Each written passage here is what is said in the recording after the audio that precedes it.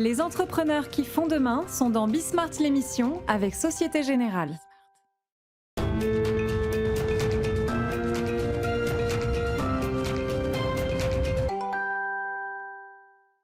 Salut à tous, c'est Bismart.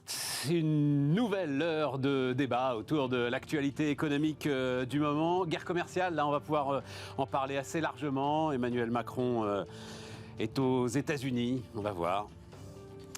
La question elle est quand même bien plus européenne d'ailleurs que française, mais enfin on va en parler assez largement. Avec mes invités, là je pense qu'on aura une bonne vision aussi du climat économique. Résistance éco, on en a parlé, j'en ai parlé toute la semaine, résistance économique. Cette espèce de contraste quand même entre une ambiance qui peut être assez anxiogène et puis des carnets de commandes qui sont là, visiblement pour pas mal d'entreprises et en tout cas un moral tel qu'il est mesuré par l'INSEE des chefs d'entreprise, particulièrement dans l'industrie d'ailleurs, c'est étonnant, vu la facture énergétique, qui se maintient. Les retraites, tiens, on rentre demain, on en parlera assez largement demain d'ailleurs, mais on rentre demain dans le troisième volet des consultations que mène Olivier Dussopt. Et là, on rentre dans le dur, quoi. Voilà, mais Elisabeth Borne a visiblement été assez claire avec les députés de la majorité hier. Ce sera 65 ans même. En tout cas, c'est la feuille de route, dit aujourd'hui le gouvernement.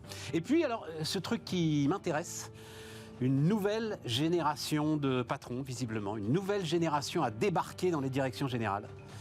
Parmi les PDG recrutés en externe, 69% n'ont jamais occupé cette fonction par le passé. C'est bien, c'est mal ? On va voir ça, c'est parti, c'est Bismart.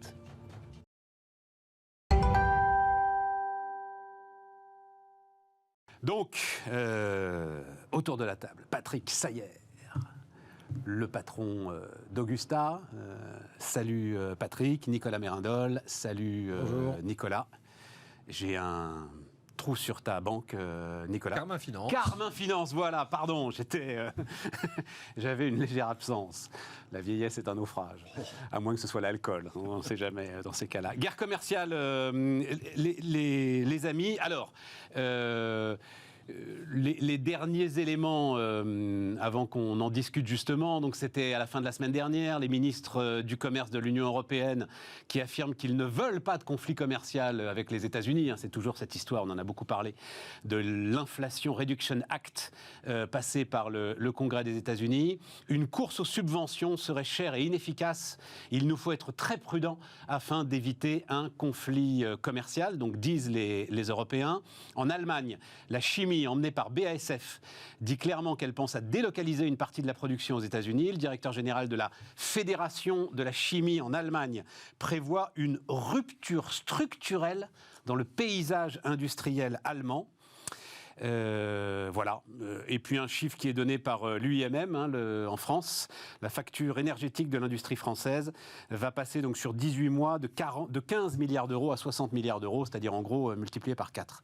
Nicolas ? Sur la guerre commerciale. Ouais, est-ce qu'on est trop tendre en gros ? Est-ce que l'Europe est trop tendre ? Est-ce qu'à un moment, respecter les règles ? Ah ben non mon Dieu, surtout pas de vagues. C'est vrai que c'est très étonnant parce que l'histoire se répète inlassablement sur tous les sujets. Et on a un côté enfant de cœur par rapport à une position très agressive, très pragmatique des Américains. Si vous prenez les aspects de réglementation, pour un univers que je connais bien, de réglementation bancaire, qu'elle soit sur les normes comptables, sur l'organisation de la compliance, de la conformité, sur les ratios de fonds propres, tout vient des États-Unis. Toute cette réglementation s'impose et vient des États-Unis, qu'ils respectent par ailleurs, eux, plus ou moins. Donc il y a une espèce de docilité face à l'économie américaine qui est surprenante. Inversement, les États-Unis ont une capacité de réaction dans un sens ou dans un autre. Quand il faut réduire le déficit budgétaire, ils le font de façon drastique. Quand il faut relancer la machine budgétaire, ils le font de façon extrêmement rapide. Sur les taux d'intérêt, c'est pareil. On a toujours un train de retard par rapport à eux. Donc on est suiveur et on est, c'est vrai, très, très docile. Ceci étant, il y a une réalité aussi, c'est que le marché américain, il est un. Quand on parle de l'Europe face aux États-Unis, on parle de X langues différentes, d'X comportements de consommation différents.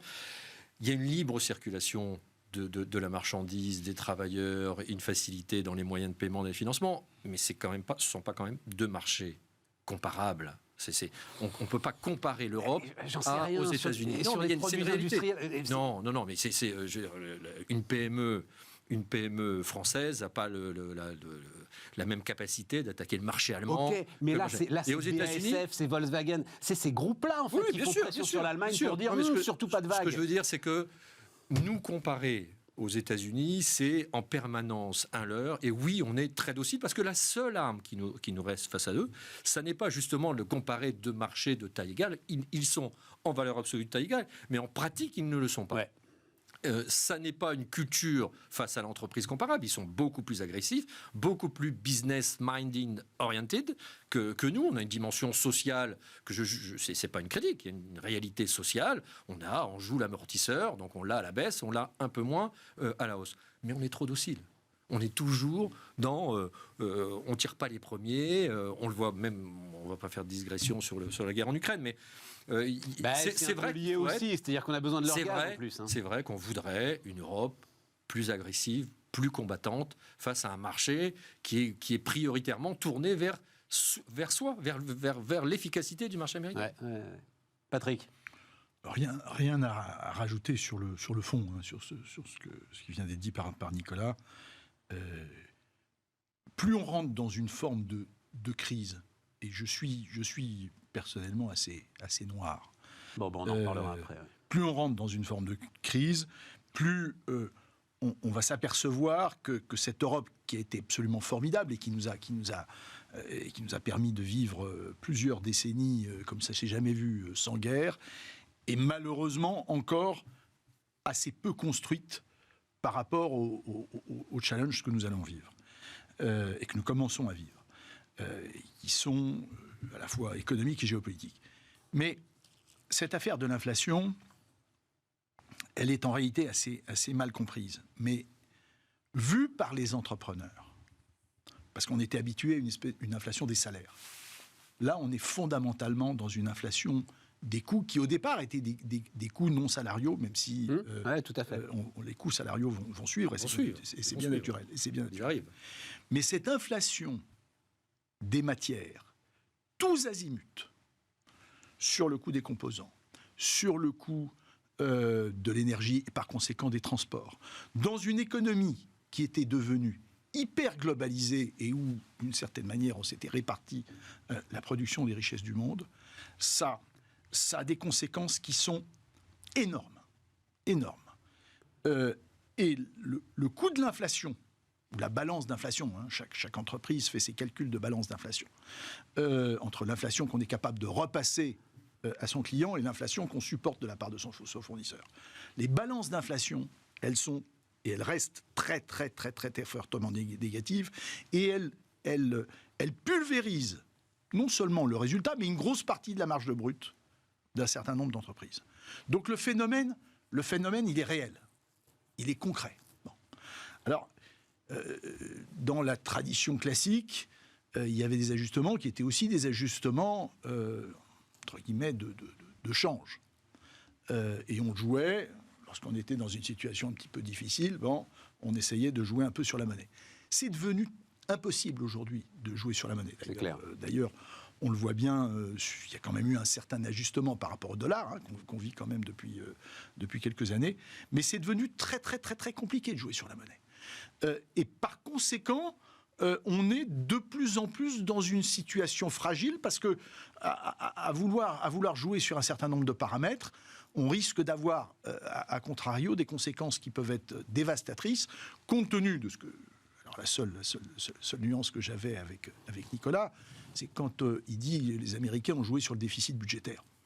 Je ne sais pas s'ils ont joué sur le déficit budgétaire, mais le financement par la Banque centrale du déficit budgétaire américain, il continue et il ne s'arrête pas. Il s'est bien freiné quand même. Il s'est bien freiné, mais les encours... encours portés. Elle n'a pas encore réduit son bilan. Oui, non, mais c'est pas qu'elle l'a pas réduit, c'est qu'elle continue sérieusement de l'augmenter.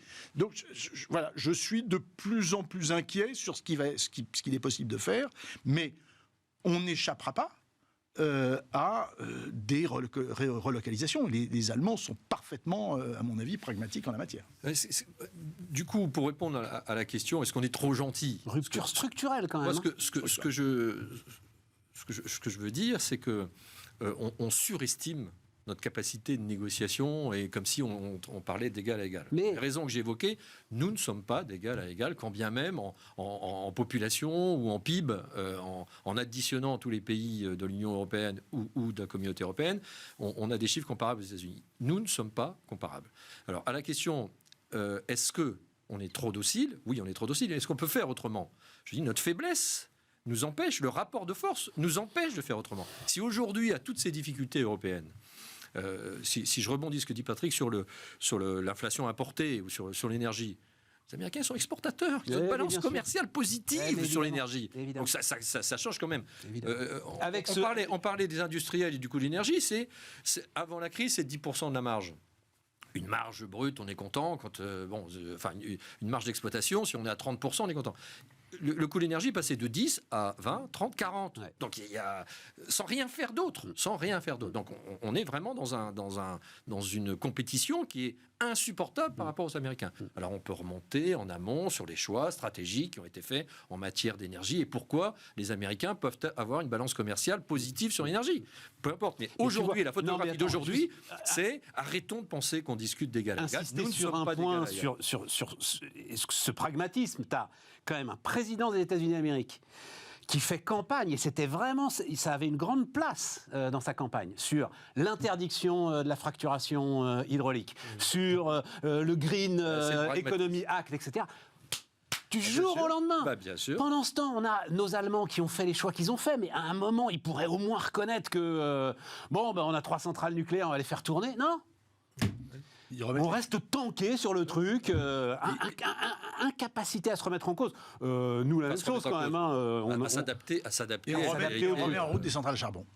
Nous, on a remis en route la centrale de Saint-Avold, mais moi, j'attends toujours, où est l'accélération, par exemple, du programme nucléaire d'Emmanuel Macron ? Bien sûr. Je ne sais pas toujours où il est. Jean-Bernard Lévy disait avant de partir, la loi de transition énergétique qui prévoit qu'on abaisse notre volume d'électricité, 50% de notre production d'électricité d'origine nucléaire et pas plus. Cette loi est toujours là, toujours en vigueur. Elle n'a pas été... Ça peut, bien sûr.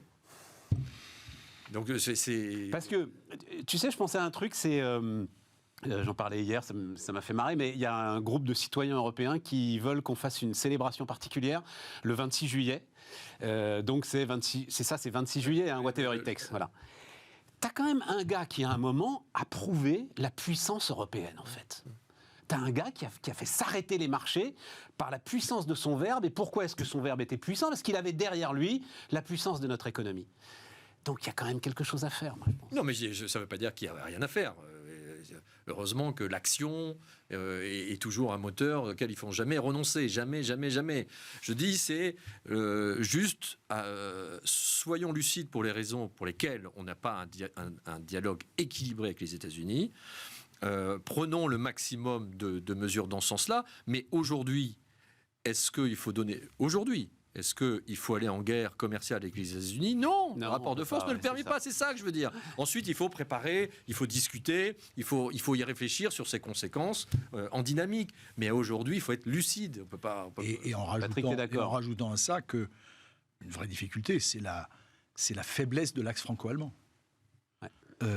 Il n'y a pas... On sait qu'il y a toujours des pays satellites qui sont dedans tout en étant dehors, en cherchant à rester dedans. Mais l'Europe ne fonctionne et n'a fonctionné depuis Schuman que parce que l'axe franco-allemand était fort. Oui, mais le seul axe franco-allemand qu'il n'y a jamais eu, c'est De Gaulle Adenauer. Depuis... tu sais, Bruno Le Maire, qui connaît très bien le sujet. Kohl Mitterrand n'était pas inutile non plus. Hein. Ouais, Kohl Mitterrand, il a existé. Hein. Oui, il a existé. Mais Bruno Le Maire l'a dit, je ne sais plus, c'était il y a à peu près un mois, une interview aux Échos, tout à coup, là, tu as un espèce d'aveu. Et Dieu sait que lui, il est au cœur du truc, Bruno. Il est complètement germanophone. Et complètement, et il dit, mais ça n'existe pas, en fait, c'est une fiction. On a des partenariats de temps en temps sur des projets. C'est une fiction. Et puis l'Allemagne s'est tournée depuis longtemps vers l'Europe de l'Est. Ouais. C'est-à-dire que nous, on continue à regarder ce tropisme franco-allemand quand l'Allemagne n'est pas... Son obsession, c'est pas la France. Son obsession, c'est de peser sur l'ensemble de l'Europe et elle a un business très important avec l'Europe centrale. Peut-être que la guerre en Ukraine a changé la donne, là, quand même. Non, en présence, non. Elle a changé la donne sur le plan... Sur le plan de leur réflexion géopolitique. Géopolitique, Ouais, mais au lieu d'aller se tourner vers la France, ils se tournent vers les Américains. Oui. Oui. À qui la faute ? Quand on n'est pas foutu entre deux très grandes entreprises françaises, Dassault et Airbus, de se mettre d'accord depuis combien de temps ? 2 ans sur les plans d'un avion de combat ? Et comment est-ce qu'on peut reprocher aux Allemands d'acheter à un moment des avions américains ? C'est pas possible, on peut pas vous attendre, les gars. Parce qu'on porte des décades de choix industriels hasardeux, y compris ce qui a coûté cher sur Airbus au début des années 2000, où tu te souviens que Alors vas-y, l'avion... raconte-moi, parce que toi, t'es au cœur de ces trucs-là, tu connais tout ça. Vous vous souvenez bien du retard qui avait été pris... Sur la 380, le câblage de la 380 ? C'était le 380 ou c'était la version militaire, je ne sais plus. Mais en tout cas, alors il y a eu les deux. Il y a eu le câblage de la 380 et c'est là que... Il y avait eu le câblage, et pardon. Le fils Lagardère a dit je préfère être considéré comme idiot plutôt que malhonnête. J'observe là-dessus un no comment poli. Et puis il y avait la 400M qui a mis beaucoup de temps à accoucher. Non, mais la réalité, c'est que, et pardon, parce que je vais simplifier la chose, mais on avait mis des logiciels complètement différents pour gérer tout l'arrière de l'avion, de la cellule, par rapport à l'avant de la cellule, mais des logiciels complètement radicalement différents, alors que, a priori, quand même, il fallait avoir la même conception d'ensemble de la cellule, tant et si bien que les câbles n'arrivaient pas, mais ça a l'air très con, mais, oui. mais que les câbles n'arrivaient pas à la bonne cote mais je sais, entre mais bien l'avant sûr. et l'arrière de la cellule. Mais on bien a perdu 2 ans. C'est un truc de fou. Et la chute du cours, etc. Absolument. Et les scandales d'initiés. Ah, mais le câblage de la 380, c'est un truc de fou. Donc c'est pas possible. C'est pas possible que des grandes nations comme la France et l'Allemagne ne soient pas capables de dépasser ces sujets. Là, c'est Dassault et c'est Airbus. Enfin, vous les connaissez, ces gens-là. C'est quoi ? C'est les haines recuites de 10, 15, 20 ans d'affrontements autour de la commande publique, autour des pouvoirs à droite, à gauche, etc., qui font qu'on n'arrive pas à se mettre d'accord. Franchement, je suis sûr que tu sais, mais que tu ne veux rien nous dire. Enfin, en tout cas, je trouve qu'on passe un peu pour des baltringues. Pardon d'utiliser ce terme. C'est notre force, c'est l'aéronautique. C'est la défense. Bref. Je vois que... Mais dans ce rapport... non, mais je suis... Je suis sûr qu'ils savent les deux. Mais non, mais sur le plus globalement, au-delà du cas particulier Dassault Airbus, où quand même sont quand même 2 univers et 2 cultures quand même très très différentes. Hein. C'est pas 2 mondes, c'est pas le même business model. C'est pas les mêmes. Enfin, on est d'accord. Au-delà de ça, est-ce que tout doit passer par, je challenge Patrick là-dessus, sur la problématique de la relation entre la France et l'Allemagne en Europe. Moi, je pense que c'était une réalité antérieurement et que chaque année qui passe, c'est à la fois une réalité qui s'amenuise, mais c'est un leurre. Enfin, ça n'est plus une nécessité. L'Europe ne peut plus dépendre que d'eux. Il ne faut pas. Elle s'organise différemment. Les équilibres à l'intérieur de l'Europe sont différents. Et à force de se raccrocher systématiquement à ça, on regarde le bout du doigt, regardez ce que le doigt pointe. Et je trouve qu'il faut passer à autre chose. Voilà, il faut garder la relation, les priorités. Ça ne veut pas dire l'abandonner. Ne plus en faire, parce qu'il y a une réalité, ne plus en faire l'alpha et l'oméga de l'Europe, sinon on va dans le mur. Patrick ? Ouais, alors, totalement en opposition avec mon camarade. L'Europe, elle fonctionne parce qu'il y a un projet. Et ce projet, il doit être assumé. Il ne peut pas être assumé par un pays tout seul. Donc il a besoin d'une force d'entraînement. Cette force d'entraînement, on la connaissait, c'était au départ les 6 pays du début. Et à l'intérieur de ces 6 pays, Benelux, Italie et le couple franco-allemand. d'accord pour dire qu'il faut être moderne, il faut se projeter dans, si j'ose dire, une Europe de l'entreprise digitale, etc., que l'industrie n'est pas forcément au cœur de nos sujets. En réalité, l'industrie, ça continue de faire vivre des familles, et que par quoi on remplace cette absence de couple. Aujourd'hui, si on le remplace, je ne sais pas par quoi on le remplace. Ça ne sera pas la France et l'Espagne, ça ne sera pas la France et l'Italie, ça ne sera pas la France et les Pays-Bas ne veulent pas de nous. Les non plus. Tu sais pas où ils sont. L'Allemagne non plus. Donc on peut pas les forcer. C'est pas la même. Encore une fois, c'est pas la même culture. Ils nous considèrent plutôt comme Europe du Sud. Ben oui, mais du c'est Nord. ça. En fait, c'est donc ça. On est les seuls. On est les seuls. Donc on va pas. Ce serait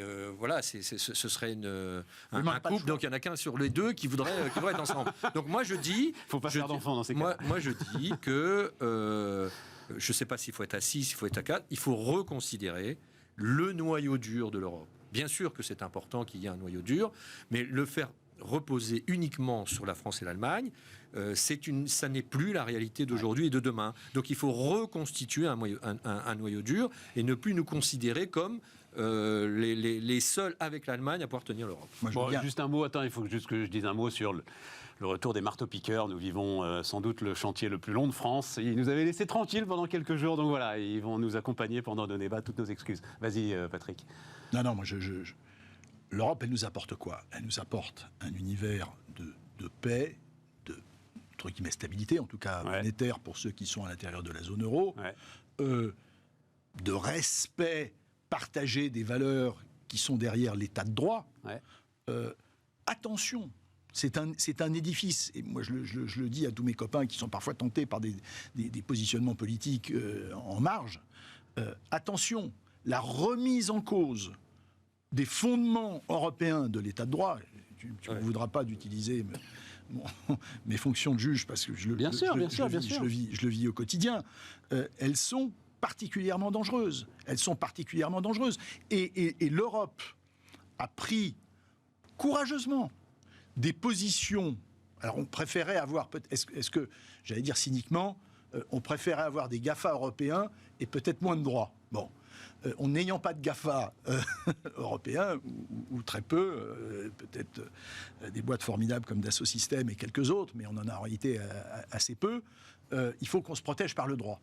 Et je trouve que à mettre en risque le couple franco-allemand, on met en risque un équilibre institutionnel européen sans lequel les Français à l'intérieur de cette Europe sont encore plus faibles. On n'est pas en opposition. Je dis que ça ne peut pas reposer que sur ça. Et on le met encore en risque si on dit que ça n'est que le couple franco-allemand. Pourquoi tu t'es très noir, Patrick, là tu disais t'es très noir sur le climat économique, etc. Qu'est-ce qui... Je suis très noir parce que ce matin, j'ai pas pu m'empêcher, comme j'ai coupé mon compte Twitter, je suis sur LinkedIn. Je suis assez content, compte tenu de la conjoncture actuelle, d'avoir coupé mon compte Twitter au moment où on remet celui de Trump, donc d'une certaine manière, ça me rend heureux. Mais pourquoi je disais ça? Parce que les gens disent non, mais la récession aux États-Unis, on la voyait venir, en réalité, elle vient pas, etc. C'est ça. Mais on est dans une économie qui vit à crédit. Alors, ça peut durer un certain temps. C'est-à-dire que Louis XIV, il a commencé effectivement à vraiment faire fonctionner la France à crédit. Au début du... Attends, si on en est à Louis XIV...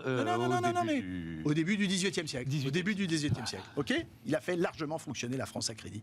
Ça a terminé comment ? Les assignats, la Révolution française. OK ? Donc, on est... Non mais il faut appeler un chat un chat. Donc, on est aujourd'hui dans un système qui est fondamentalement... qui se repose fondamentalement sur... Cette formidable explosion monétaire et ce formidable financement qui n'arrête pas de la part des banques centrales. J'ai des tas de copains qui sont...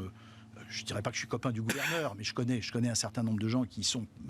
je connais le gouverneur, mais je connais des gens qui sont proches du gouverneur. Il n'y en a pas un seul monétariste qui m'explique comment on remet le génie dans la boîte. Il n'y en a pas un seul. Et d'ailleurs, je vous mets au défi... Non, mais je vous mets au défi de m'en présenter un. Ils disent on va reprendre, les banques vont... Jamais. Non, jamais. Mais Donc il y a bien un moment Tu planes? Non, je plane. On plane. On plane. On plane. On plane. On plane, Sauf qu'à un l'avion moment- s'est retourné, Sauf le qu'à- train d'atterrissage est en haut, Voilà. et Sauf qu'à un on sait moment, pas comment- il y a un trou d'air. Sauf qu'à un moment, il y a un trou d'air. Donc je suis fondamentalement. Nicolas, À court terme, j'ai toujours, ça fait plusieurs années que je milite sur le fait que le business model rapproche-toi un peu du micro si tu peux. de l'Europe continentale, il s'essouffle. Ouais. Il s'essouffle. Et donc, d'ailleurs, on parlait des Américains. Le premier déplacement d'Obama, quand il était nommé président aux États-Unis, c'est en Asie. Il n'est pas venu en Europe. Donc, on est sur. On va pas acheter une 4e machine à laver, une 3e télévision. Donc, au niveau de la consommation, c'est un peu compliqué. Et tout ce qui est R&D, tout ce qui est le demain, R&D, formation, etc., on est à la peine. Tout ce qui est population jeune, on est à la peine. Donc, il y a une réalité désagréable en se projetant sur le long terme de l'Europe continentale. À très court terme, pour être plus concret, moi, je suis très noir aussi. Je pense que on s'est flatté, auto-satisfait des 7% de croissance l'an dernier. Ouais. C'était juste parce qu'on était à -8 l'année d'avant. Cette année, on a commencé à 6, 5, 4, peut-être 3, peut-être moins de 3. Et je pense qu'en 2023, on sera plus proche de 0. 0,75. Oui, bon, plus proche de 0. Bon. Ça, Donc c'est une réalité. C'est une réalité. récession, 0,75. Non, c'est pas la récession, c'est youpi. Donc fait mieux- quand on a une dette, on fait mieux que les autres, dit Bruno Le Maire. quand on a une dette qui est à plus de 113 et qui va mécaniquement aller vers 120%. Pas grâce à l'inflation, là, nous arrange un peu le truc quand même. Elle baisse légèrement, là. Il faudra la rembourser, la dette, quand même. Et puis les taux d'intérêt vont monter. Ça va être une centaine de milliards de coûts supplémentaires. Et l'augmentation de l'inflation, on va retomber sur notre premier sujet. Aujourd'hui, c'est une inflation importée de matières premières, c'est une inflation subie, c'est une inflation par la monnaie. Évidemment, regardez les NAO qu'on vit dans nos groupes, Bien dans sûr. les entreprises, dans les gens que l'on conseille. Voilà, c'est fini de dire les taux d'intérêt sont négatifs, vous inquiétez pas, il n'y a pas besoin d'augmenter les salaires. Là, on rentre dans une phase de négociation dure. Donc on va passer dans une inflation aussi salariale. Donc là, on rentre dans une autre mécanique très, très, très, très compliquée. Ce qui est Et donc, pas plus mal pour notre dette.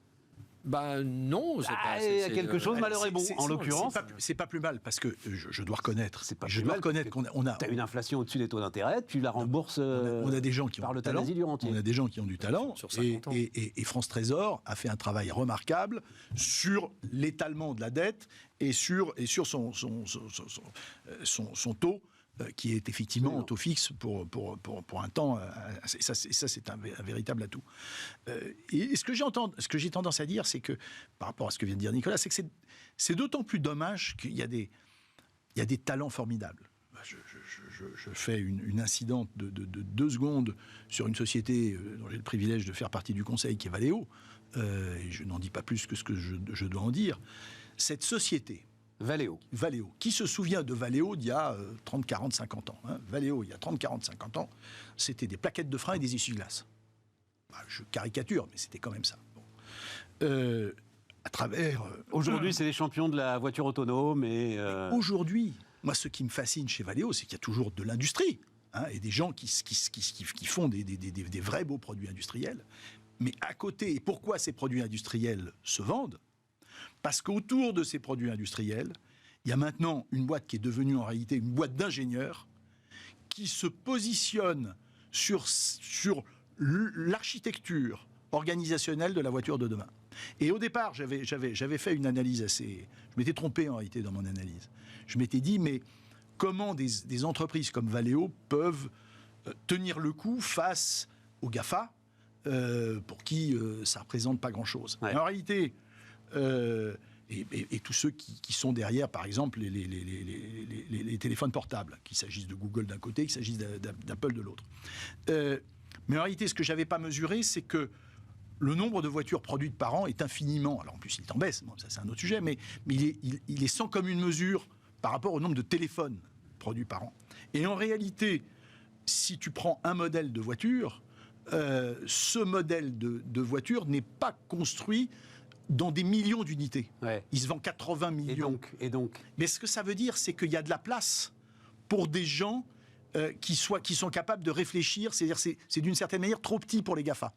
Ce sont des marchés énormes qui sont très importants pour nous parce que c'est par ces logiciels qu'on arrive à faire en sorte que l'industrie soit compétitive.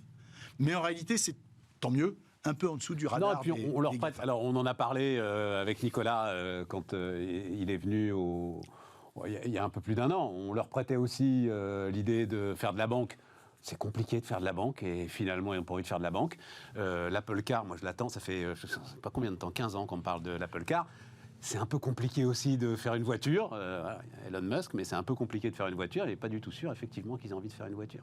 Bon, on marque une pause et on continue à débattre de tout ça.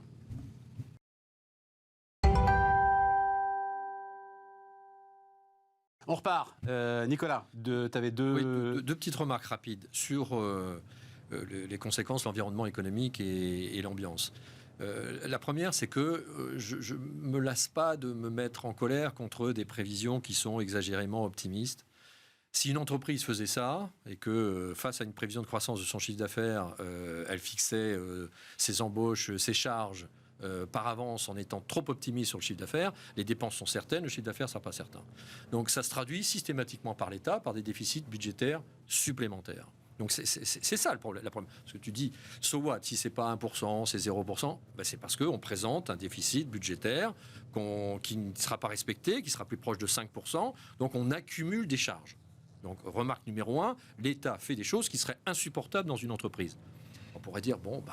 on est riche quand même, au lieu d'être le 7e puissance mondiale. Oui, non, mais je pourrais dire, ça ne se compare pas, quoi. Oui, non, si. Alors, j'y viens, et c'est ma deuxième remarque.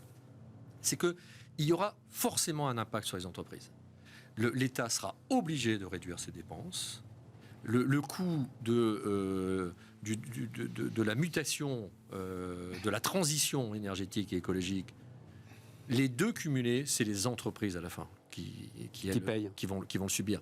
Mais qui payent aujourd'hui, mais qui paieront encore plus demain. Parce que quand l'État va se retirer, la problématique de la transition énergétique restera, la problématique du financement des déficits et des dettes à rembourser restera. Et ce sera ou une pression fiscale, d'une manière ou d'une autre, ça va se retrouver sur. Bon, mais alors là... C'est pour ça que c'est un sujet important. L'avion, il s'est retourné. Et qui ramassera les morceaux, parce que l'État ne pourra plus, à un moment donné, l'État ne pourra plus. Non, mais il faut à 120, même qu'il s'arrête là. Attends, je vous pose la question. Ben, donc, in fine, ce sera contre les entreprises. D'où il faut que les entreprises se mobilisent. Il faut qu'on soit conscient de ça. C'est nous, ce sont les entreprises qui vont avoir à assumer les coûts de demain quand l'État va se retirer. Alors, on s'en félicite aujourd'hui en période de crise parce que c'est un amortisseur. Mais quand on dépasse la période de l'amortissement et qu'on continue à avoir du déficit budgétaire ou des taux d'intérêt négatifs pendant des années sans que personne s'en émeuve tout en trouvant ça formidable, on rend compte que quand même, quand les taux d'intérêt sont négatifs, on trouve ça formidable parce que l'endettement est faible. Et quand l'inflation repart à la hausse, tu dis ah bah il y a de l'inflation, c'est formidable. On est optimiste. Donc, voilà. Non. À la fin, c'est les entreprises qui paieront. Question précise. J'ai raconté cette semaine la séquence boulangerie qui m'avait échappé. Je ne sais pas si vous l'avez vu. Bruno Le Maire, donc Saône-et-Loire, je crois, dans une boulangerie, Saône-et-Loire, facture d'électricité en main de la boulangère et qui dit cette boulangerie ne fermera pas. L'État s'en porte garant. Putain, mais à un moment, faut arrêter, on est d'accord. Oui, ça c'est la communication, c'est la politique communication, c'est pas la politique action. Non, sauf qu'ils vont la payer, la facture d'électricité de la boulangère, j'en suis sûr. Patrick, il faut qu'ils se retirent. À un moment, les mecs... C'est de la communication. Ouais. Et la communication, elle fait parfois faire des choses... Nouveau patronat. Alors, c'est donc un cabinet de chasse... Heidrick & Struggles, c'est un important cabinet.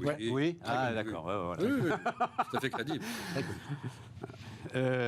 Donc, qui dit, parmi les PDG recrutés en externe, donc c'est 1169 entreprises dans 25 pays. En France, toutes les sociétés du SBF 120. Donc, c'est une étude qui s'appelle Route to the Top. Et 69% donc n'ont jamais occupé cette fonction par le passé. Dans 25% des recrutements en externe, l'élu n'a même dirigé aucune division.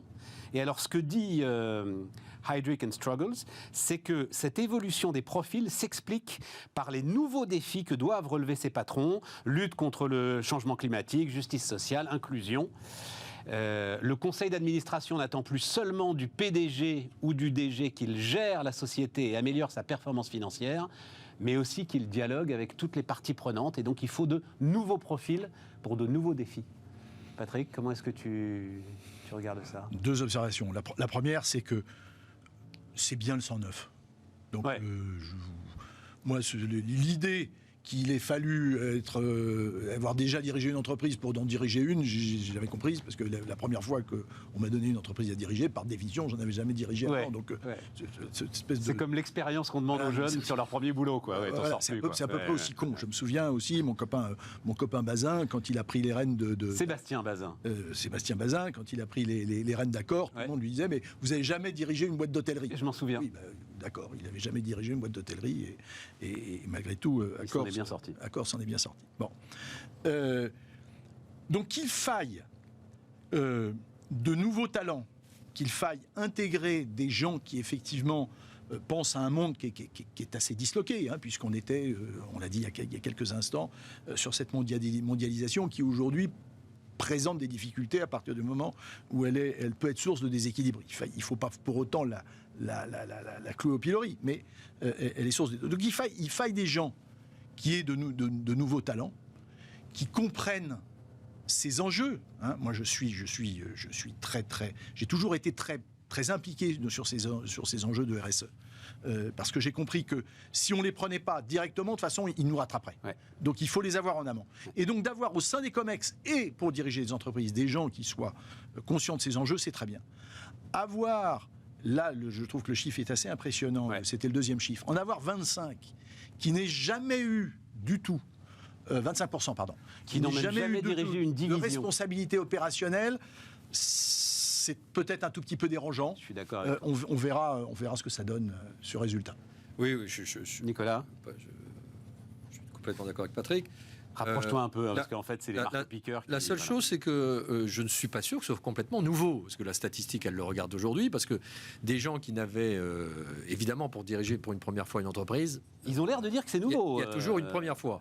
Mais des gens qui n'ont jamais même été patron de division, ni quoi que ce soit, et qui se retrouvent à la tête, en France en particulier, mais pour tous ceux qui viennent du secteur public, en général, ils n'ont jamais dirigé quoi que ce soit, et ils se retrouvent assez vite... sans passer par les cases intermédiaires. Donc, un Premier ministre à la tête d'une des premières entreprises de transport. Franchement, j'ai pas l'impression que ce soit une statistique très nouvelle, en tout cas pour ce qui concerne la France. Sur le reste, oui, bien sûr, il faut un turnover permanent et c'est une formidable accélération. Sur le RSE, moi j'ai participé à aider Nicole Notat à mettre en place Vigéo en son temps. C'était il y a 20 ans, ou là, 25 ans même, je pense. Donc j'étais le premier actionnaire de référence, le groupe que je représentais. Quand tu étais aux caisses d'épargne à l'époque. Le groupe que je représentais, on a été extrêmement proactifs. Et à ce moment-là, c'est vrai que c'était encore perçu par pas mal d'entreprises comme une mode. Ouais. Des gens pensaient que où il fallait tirer la charrue, où elle allait nous pousser sans qu'on la maîtrise. Donc pour ceux qui s'y intéressaient, les autres c'était un petit peu gadget.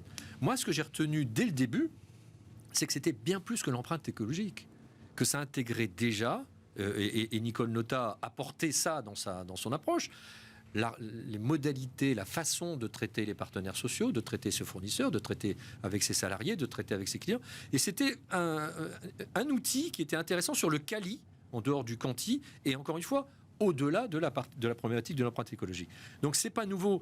La différence, c'est qu'aujourd'hui, hier, c'était une génération qui devait s'approprier le sujet, l'intégrer. C'était pas dans sa culture de manière naturelle.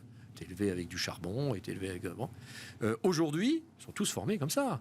Vos enfants, nos petits-enfants, ils sont déjà en priorité très sensibilisés sur tous ces sujets. Donc, je ne veux pas minimiser l'enquête, hein, mais je ne suis pas sûr que ce soit très innovant au niveau des statistiques. Et l'appropriation sur les enjeux nouveaux, ils sont toutes. Ça n'est pas un certain nombre de patrons. C'est un changement, oui, de génération de patrons, mais on est dans la dynamique de les nouveaux qui remplacent les anciens. Ouais. Voilà. Et il y avait des caractéristiques des patrons sortants qui étaient différentes de leurs ancêtres. C'est la fin de l'hégémonie des directeurs financiers. Seuls 14% des nouveaux dirigeants qui ont déjà siégé dans un comité exécutif ont été auparavant directeurs financiers. Alors que c'était avant The Road to the Top. Ça, c'est quand même significatif. Seuls 14% directeurs financiers. C'est un point très important. Et moi, je le vis dans les quelques conseils dans lesquels je participe. La dimension chiffres qui reste présente. Le conseil d'administration, il parle des résultats, il parle des chiffres. Mais sa place relative par rapport à la dimension de la relation de l'entreprise avec son écosystème, qu'on peut simplifier par le vocable RSE, elle prend une place de plus en plus prégnante. Sauf qu'il va falloir le chiffrer à un moment. Non, mais la différence. Pardon, moi j'ai une explication. Vas-y. J'ai une explication là-dessus. C'est que ce leadership historique, il était lié à la technicité, la complexité de l'univers de la finance, avec une certaine faiblesse du directeur du développement, voire du manager lui-même. Ouais. Or, aujourd'hui, c'est plus vrai. Même le vocabulaire du premier start-upper, il va parler d'EBITDA, il va parler de ses multiples, il va parler de compliance, il va parler de son ratio de dette, des covenants, etc. C'est-à-dire qu'il y a une culture générale qui fait que le leadership de la technicité du financier et des chiffres est moins fort parce que à la fois la technique, mais la sensibilité du fait que l'indépendance passe par la performance, les autres se le sont aussi appropriés. Et donc, on revient sur un leadership qui est celui qui a la meilleure vision de réactivité au marché. C'est ce leadership-là. Il changera en fonction de l'évolution de la culture générale de l'ensemble des partenaires. Sauf que... une deuxième remarque. J'ai fait une enquête sur interview personnalisée d'1 heure, 1 heure et demie avec une trentaine de créateurs de start-up, de fintech. Donc, pour avoir, c'est quoi le profil de celui, je ne dis pas d'une forcément à succès, peu importe, d'une fintech. Donc, une trentaine. C'est pas mon copain. Non, c'est bien. C'était un vrai travail. La réalité, au bout du bout, ils sont tous diplômés, voire surdiplômés. Ils viennent tous d'un milieu social plutôt favorisé. En France, plutôt, pardon de le dire comme ça, mais ce ne sont pas des immigrés. Ils sont dans un environnement économique dans la majorité. Donc on est sur un profil extrêmement classique. La seule différence, c'est qu'ils disent « Moi, je suis allé faire mon stage chez Saint-Gobain ou dans telle entreprise. Au bout de 6 mois, j'ai vu que ce n'était pas mon univers. » Mais quand on discute avec eux sur est-ce que tu connais les technologies, les IT ? Non, pas tellement, mais en fait, beaucoup plus que l'intervieweur. Sur la finance, non, c'est pas mon fort, mais quand même, il est très bon quand même. Ouais. Le digital, le marketing, alors il y a une volonté d'être quand même bon sur cette dimension digitale. Bref, ils sont quand même beaucoup plus multispécialistes et techniciens que la génération des dirigeants d'avant. Bon. Moi, je pense que ça participe et ça s'applique à la problématique du directeur financier. Sauf que à un moment, mais c'est un autre débat, mais à un moment, il va falloir objectiver réellement cette RSE. Là, les objectifs 2035, 2040, beaucoup d'entreprises jouent de la flûte en disant « Oui, non, mais si, on le fait sérieusement, etc. » et tout, j'en sais rien. Il va falloir objectiver, il va falloir rentrer ça dans des chiffres, il va falloir rentrer ça dans des bilans, il va falloir rentrer ça dans des tableaux Excel. Et que je pense que le directeur financier à ce moment-là... C'est le principe de notation. Celui qui sait faire, c'est ça quand même, c'est le directeur financier. Attends, parce que le temps tourne très vite et on n'aura pas le temps de parler de cette histoire sur laquelle toi tu m'as alerté, c'était en septembre, Patrick. Et effectivement, là, donc... Snap Zenly, c'est quand même super intéressant. Donc Snap, tout le monde connaît Snap, les difficultés qu'a rencontré Snap, mais en fait, c'était même avant l'effondrement boursier de l'ensemble du secteur de la tech, qui donc rachète une application.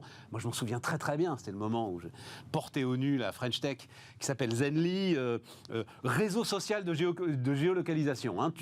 Tu géolocalises tes copains, et l'une des grandes forces de Zenly, alors là, on rentre dans de la technologie que je ne connais pas, c'est une géolocalisation qui bouffait beaucoup moins de batterie que la géolocalisation classique, Google Maps, etc., Waze, etc., etc.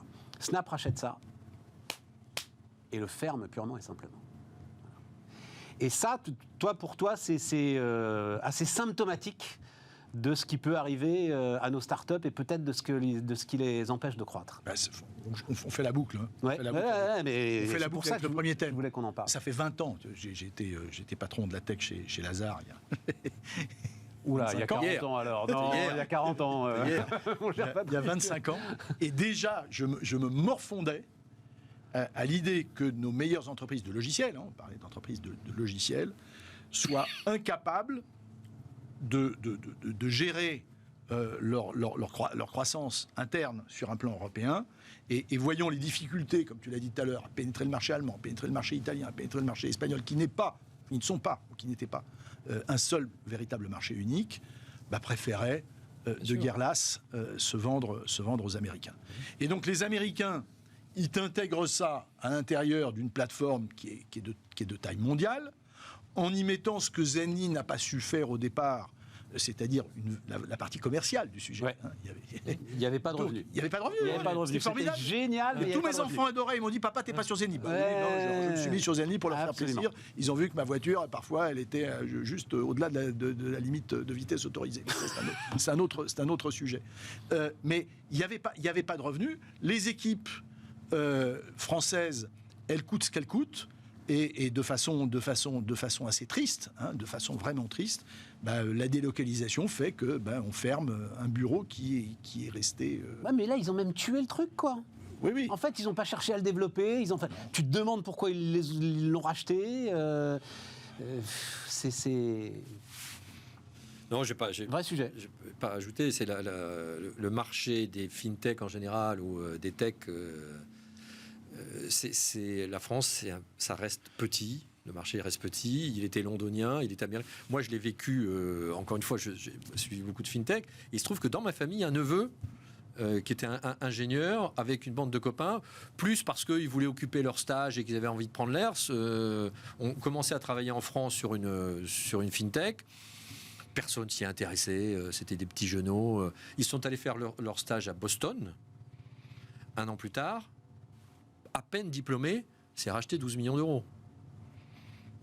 Parce qu'ils sont dans une pépinière, parce qu'on les a pris en main, parce qu'on les a intégrés, parce qu'on les a accompagnés, parce que voilà, et que la levée de fonds était pas la même. Alors ils sont à la fois absorbés et pas absorbés, parce qu'ils ont fait un espèce de reverse recover à l'intérieur de la boîte. C'est eux qui ont pris les manettes de la structure mondiale dans laquelle ils ont été intégrés. Et ça, il y a une réalité. En France, on a quelques coûts. Mais ça ne fait pas les 400 ou 500 fintech qui existent. Alors, il y a des marchés qui sont plus porteurs. Par rapport à ce que disait Nicolas à l'instant, tu prends l'intelligence artificielle. L'intelligence artificielle, on vend les boîtes d'intelligence artificielle, elles vendent en réalité des outils.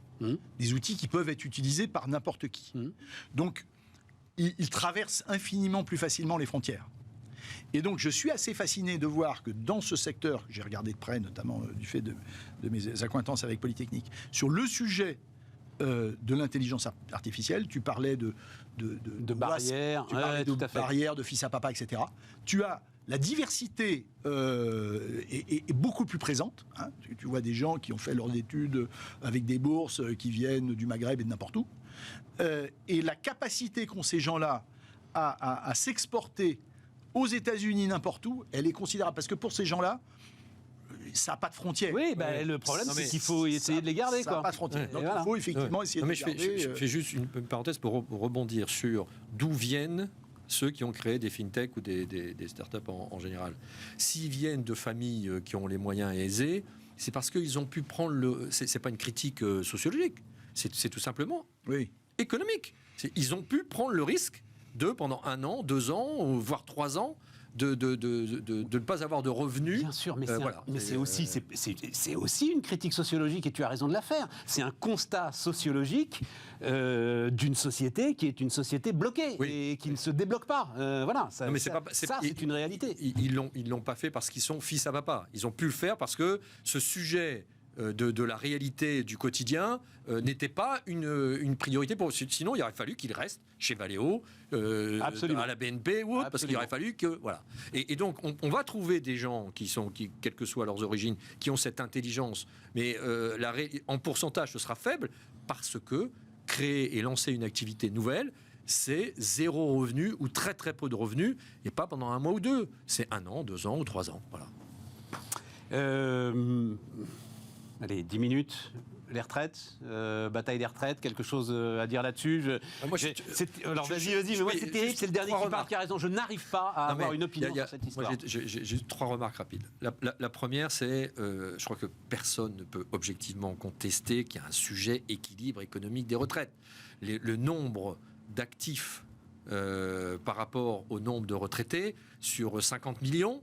Sur 50 millions, il y a 20 millions à l'horizon. Non, mais Nicolas... Non, mais 20 et 30. Bon, donc ça, il y a une réalité... Alors, je t'enverrai, tu nous feras l'honneur de nous écouter demain, tu verras que... Non, mais je continue. Donc, de toute façon... Il n'y a pas de... Non, le système aujourd'hui, alors oui, il ponctionne 28% de la richesse nationale, mais il est à l'équilibre.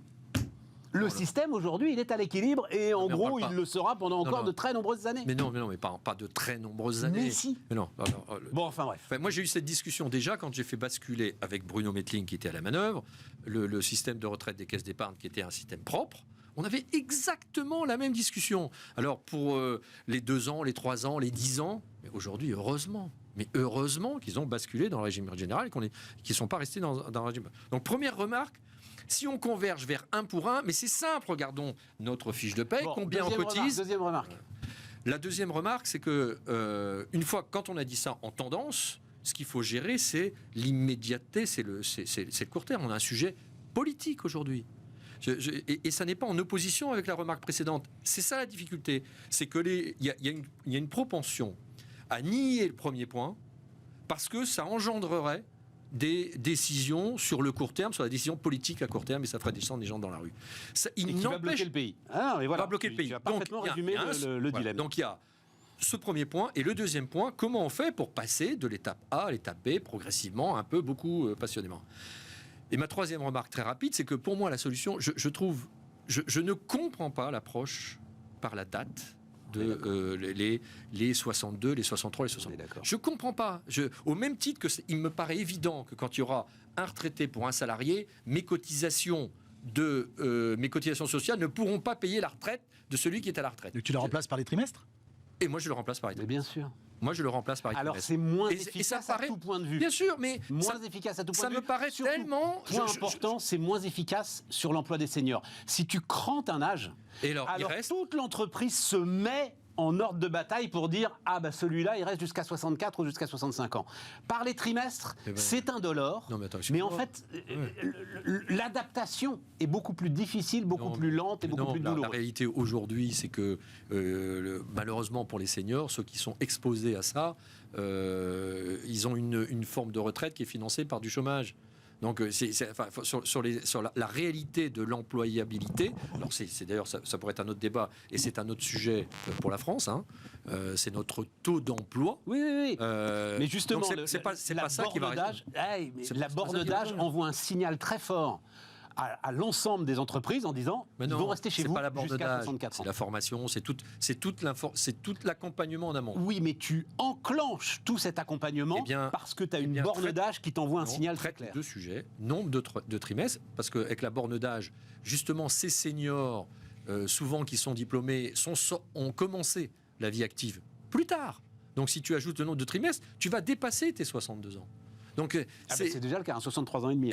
Donc, si tu raisonnes sur le nombre de trimestres travaillés, par construction, celui qui a commencé jeune, qui est moins diplômé, est probablement dans un environnement plus difficile sur le plan de son hygiène de vie, de ses conditions de travail, va partir plus tôt. Celui qui est diplômé, celui qui a démarré donc son activité professionnelle plus tardivement, il va partir à la retraite plus tardivement. Et il faudra l'accompagner sur sa deuxième formation une fois qu'il sera senior. Moi, je ne suis pas complètement d'accord. Parce qu'il y a deux sujets. Il y a le sujet du système. Le système un peu absurde de cette retraite à répartition, c'est que en réalité, on raisonne sur des équilibres qui sont des équilibres longs. Et on va raisonner sur des équilibres longs à vouloir augmenter la durée de l'âge légal de départ à la retraite, alors qu'on s'oriente vers moins d'emplois. Donc on va se dire, pourquoi maintenir au travail, moi j'ai entendu un certain nombre de candidats dire ça, pourquoi maintenir au travail des gens qui de toute façon n'ont plus vocation à avoir du travail et qu'on va transformer de retraités en chômeurs. Bon. Donc là, Attendez, mais alors il nous reste que 5 minutes malheureusement. Mais pourquoi tu dis un truc pareil, Patrick ? mais parce que c'est la réalité. Mais si tu es dans une conjoncture de plein emploi ou de réduction du chômage, il est tout à fait naturel d'encourager ceux qui ont... Oui, c'était le cas, mais ça aurait été peut-être bien de le faire il y a 3, il y a 4 du temps de Chirac. Peut-être, mais comme tu dis, c'est du temps long, donc structurellement, les bras manquent. Aujourd'hui, la difficulté politique du sujet, c'est qu'on va peut-être vouloir faire travailler les gens plus longtemps, alors que la courbe du chômage, elle risque sans doute de s'inverser, mais c'est un autre sujet. Là où je ne suis pas complètement à l'aise,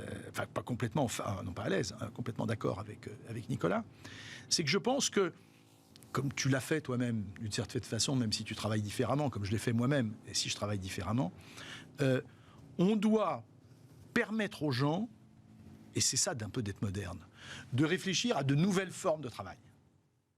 Et ces nouvelles formes de travail, elles passent notamment par les diplômés. Tu en parlais, tu disais ils vont travailler de plus longtemps. Oui, mais pourquoi est-ce qu'ils ne travailleraient pas différemment ?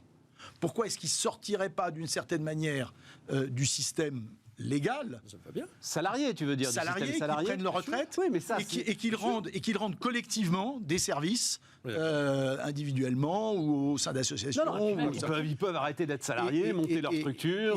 Et ça, c'est vraiment quelque chose qu'il faut encourager. Alors, je ne sais pas s'il faut mieux le faire en parlant des trimestres ou en parlant de la durée de... En ce qui concerne les 65 ans, moi, je suis à peu près persuadé que le gouvernement, il pousse 65 ans pour pouvoir lâcher quelque chose à la fin et que ça va se terminer un chiffre qui sera... Le sujet, c'est la quantité de travail. Le sujet, c'est... et c'est pour ça aussi que la borne d'âge est importante. C'est que si tu es forcé à travailler plus, c'est aussi plus de cotisations sociales, même s'ils insistent beaucoup en disant que la réforme des retraites ne servira pas à financer autre chose, en fait si, le fait de travailler plus et d'augmenter la quantité de travail, forcément mettra un peu d'huile dans les rouages de nos systèmes sociaux. Voilà. Encore faut-il qu'il travaille. Encore faut-il qu'il travaille, c'est la poule et l'œuf. Tout à fait. Bien.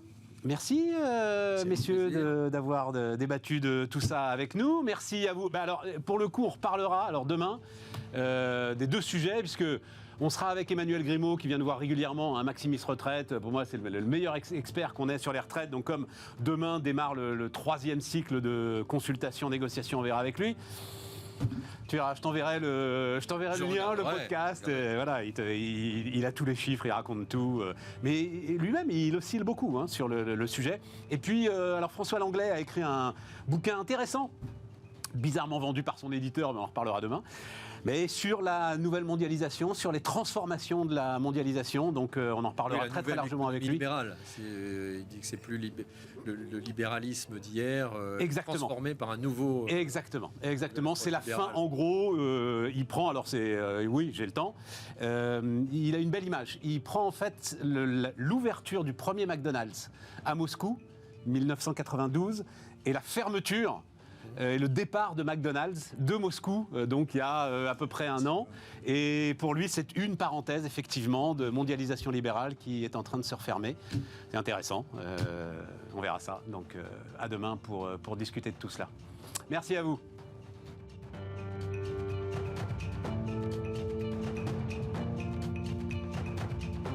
Les entrepreneurs qui font demain sont dans Bismart l'émission avec Société Générale.